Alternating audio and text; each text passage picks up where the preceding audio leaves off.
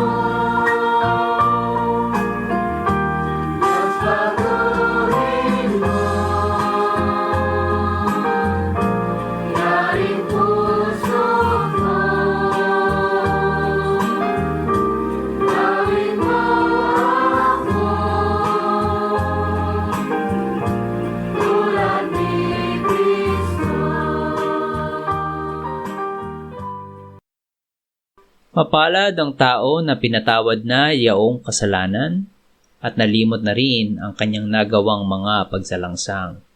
Mapalad ang taong sa harap ng Panginoon ay di na pinararatangan ng kasalanan, dahilan sa siya ay hindi nanlilinlang. Nung hindi ko pa naipapahayag yaring kasalanan, sa buong maghapon ako'y nananangis sa matinding lumbay. Sa araw at gabi, bigat ng kamay mo ang nararamdaman, ano pa't wala nang nalalabi akong lakas sa katawan. Hamog ang kaparis na dagling na tuyo sa sikat ng araw. Ako ay lumapit sa iyong harapan at salay inamin. Ang aking nagawang mga pagsalansang di ko inilihim. Pinagpasyahan ko ang lahat ng ito sa iyo'y idaing at aking natamo ang iyong patawad sa sala kong angking. Mga minamahal, sinasabi sa unang Juan 1:9, kung ipinapahayag natin ang ating mga kasalanan, maaasahan nating ipatatawad sa atin ng Diyos ang mga ito at lilinisin tayo sa lahat ng ating kasamaan sapagkat siya'y tapat at matuwid. Salamat sa iyo, O Diyos. Pinatunayan mo ang iyong pag-ibig sa amin nang si Kristo ay mamatay para sa amin noong kami mga makasalanan pa. Ngayon ay buksan mo ang aming mga labi at kami ay magpupuri sa iyo.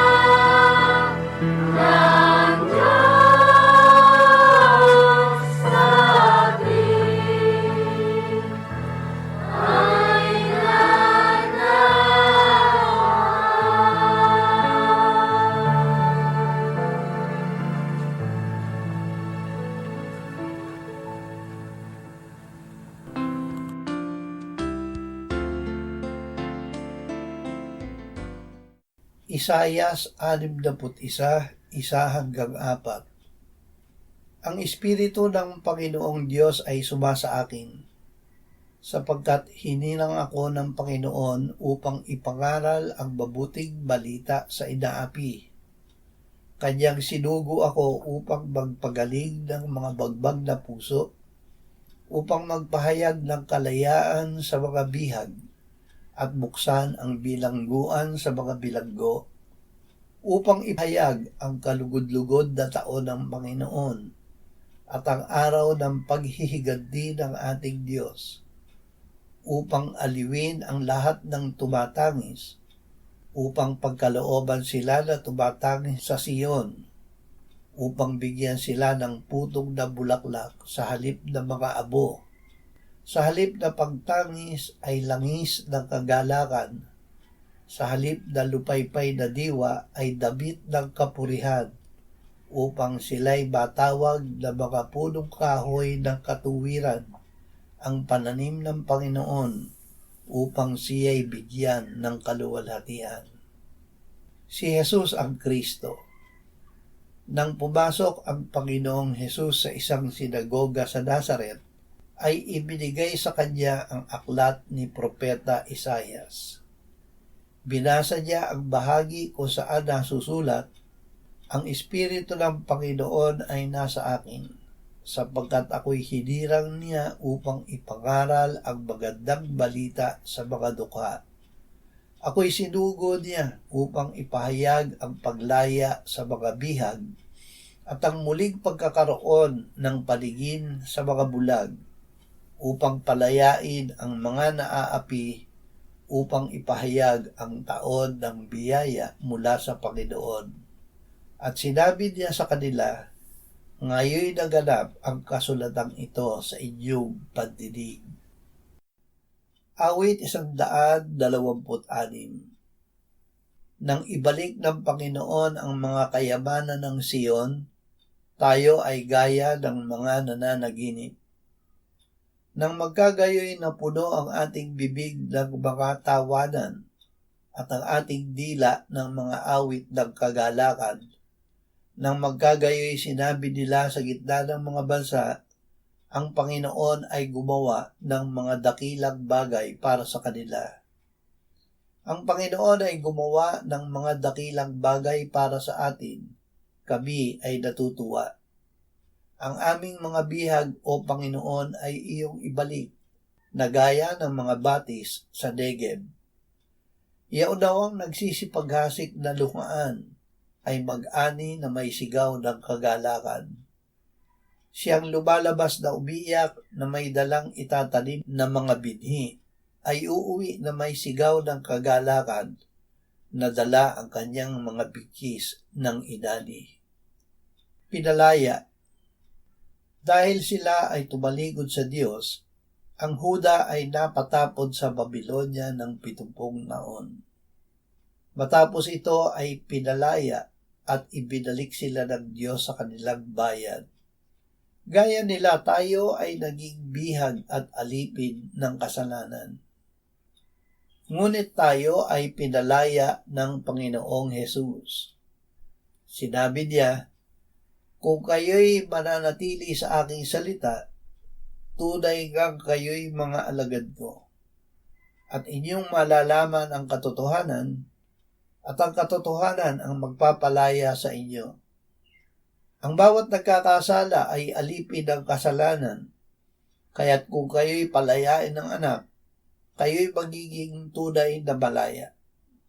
Kay Jesus ay mayroon tayong katubusan sa pamamagitan ng kanyang dugo, na kapatawaran ng ating mga kasalanan ayon sa kayamanan ng kanyang biyaya. Unang Tesalonica 5:16-24.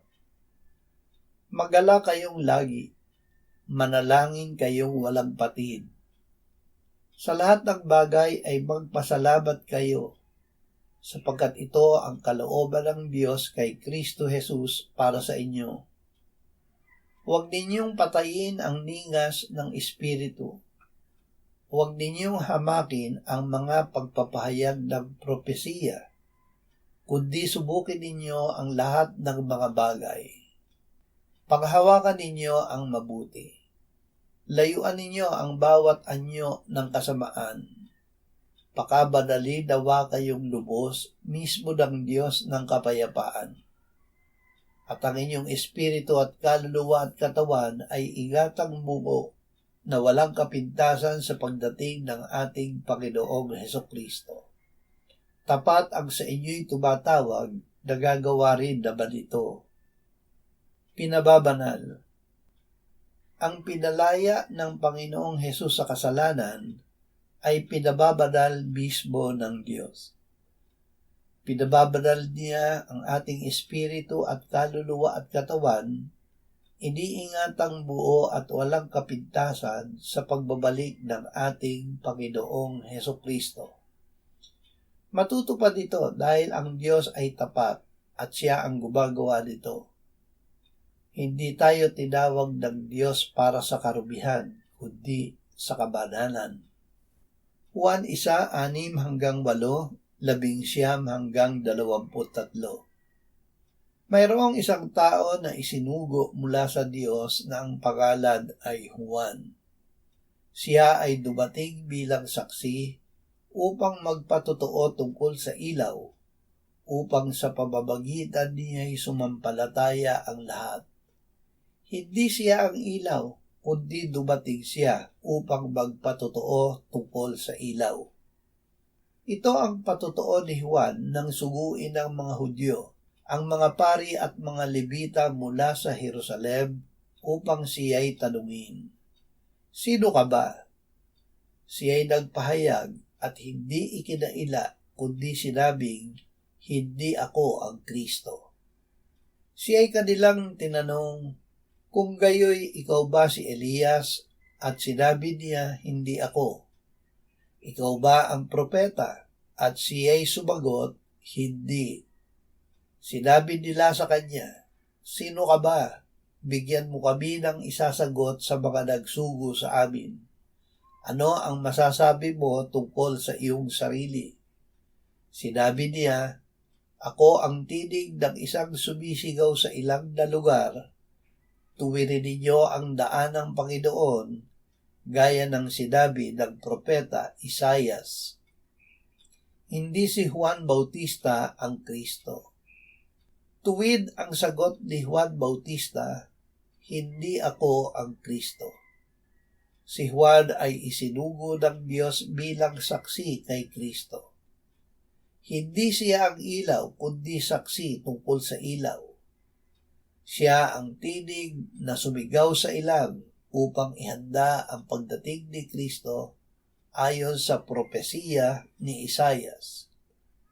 Si Kristo ang salita ng Diyos. Nasa kanya ang buhay at ang buhay ang ilaw ng sanlibutan. Siya ay isinugo ng Ama bilang handog sa ikapagpapatawad ng ating kasalanan. Siya ang tinawag ni Juan Bautista na kordero ng Diyos na nag-aalis ng kasalanan ng sanlibutan. Si Jesus ang Kristo. Si Juan Bautista ay nangaral ng bautismo sa pagpapatawad ng kasalanan. Sinabi niya na siya ay nagbautismo sa tubig, ngunit si Kristo na darating kasunod niya ang magbabautismo sa Espiritu Santo. Si Jesus ay ipinanganak ni Birhen Maria, lumaki, nangaral, at ayon sa kasulatan, siya ay namatay para sa ating kasalanan, inilibing at ng 3 araw ay binuhay ng Ama mula sa mga patay ayon sa kasulatan. Sinabi ni Apostol Juan ang layunin ng pagsulat niya ng Ebanghelyo. Ang mga ito ay isinulat upang kayo'y sumampalataya na si Jesus ang Kristo ang anak ng Diyos, at sa pagsampalataya ay magkaroon kayo ng buhay sa kanyang pangalan.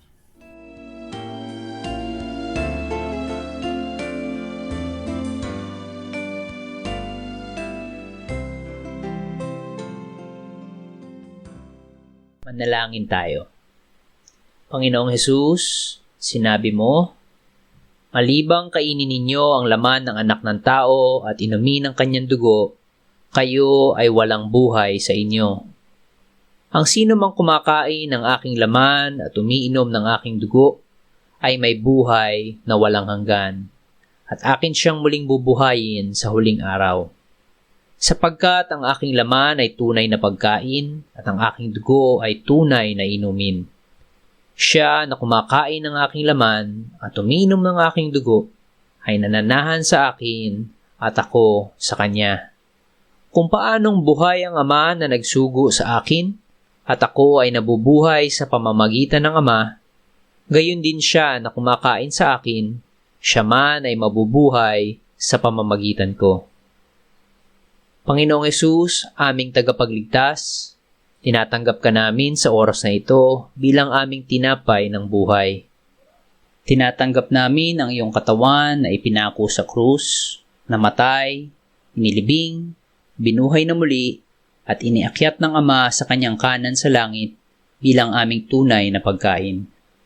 Tinatanggap namin ang iyong dugo na nabuhos sa ikapagpapatawad ng aming kasalanan bilang aming tunay na inumin. Manahan at mabuhay ka sa amin upang kami ay mamuhay sa pamamagitan mo kung paanong ikaw ay namuhay sa pamamagitan ng Ama. Salamat, Ama, sapagkat dahil kay Kristo, kami ngayon ay nakapamumuhay kasama mo kaisa ng Espiritu Santo. Sa iyo ang lahat ng kaluwalhatian, ngayon at magpakailanman. Amen.